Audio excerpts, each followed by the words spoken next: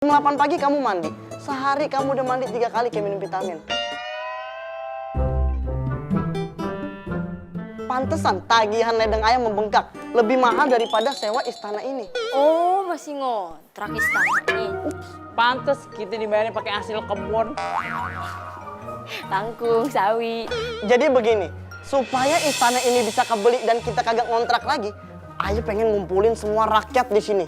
Kalau rame, Ayah pengen buka agensi penonton atau alay. Nanti Ayah sebar tuh di semua stasiun TV. Kan lumayan tuh, kalau satu orang dapatnya cepet, Ayah potong agensi 25%, kan duitnya lumayan. Bisa beli nih istana. Kerajaan agensi. Kamu sini, saya pengen ngomong mengenai anak saya. Sini dong, gantian duduknya. Ngomong-ngomong sama Raja. Enak aja, saya permaisuri. Main suruh bangun aja. Duduk kamu sini, sit down. Allah nggak bener ah. Hormatin permaisuri.